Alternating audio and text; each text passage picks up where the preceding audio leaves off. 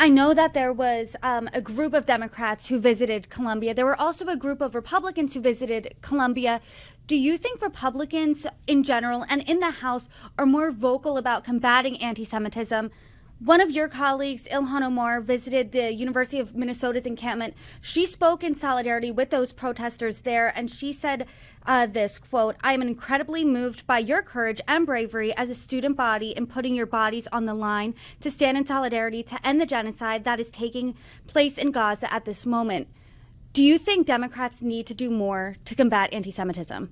First of all, I do not believe there is a genocide taking place in Gaza. I think what has happened in Gaza as a result of the war that was brought on by Hamas is terrible.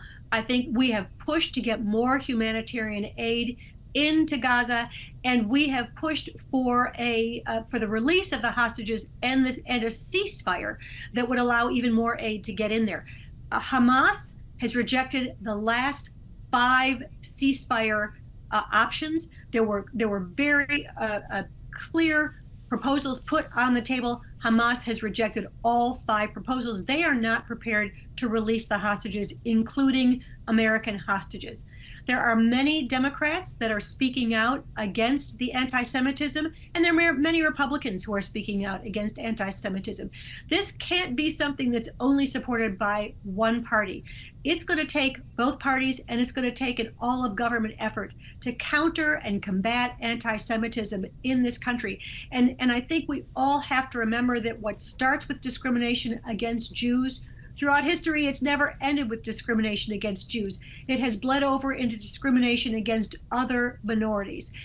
Anytime you see the growth of anti-Semitism in a country that's a democracy, you need to worry about what's happening to the foundations of that democracy.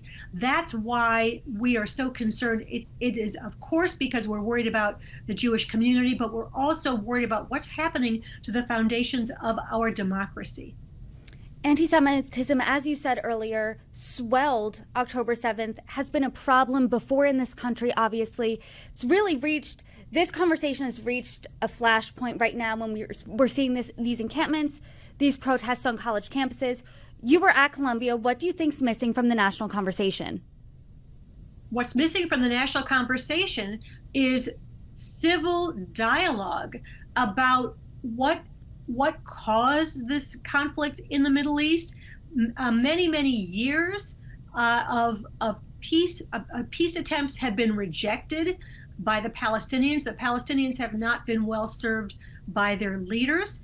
The other thing that's missing from the conversation is a real understanding of what is anti-Semitism, what makes it unique, what makes it dangerous.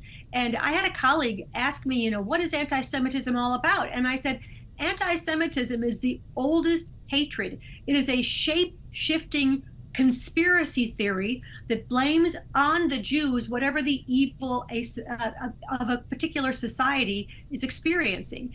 And people need to understand that anti-Semitism always leads to disaster, not just for the Jewish people, but for an entire society. And that's why it's so important that we counter anti-Semitism, that we educate people about what anti-Semitism is, and whether anti-Semitism is on the right or on the left, it's always destructive.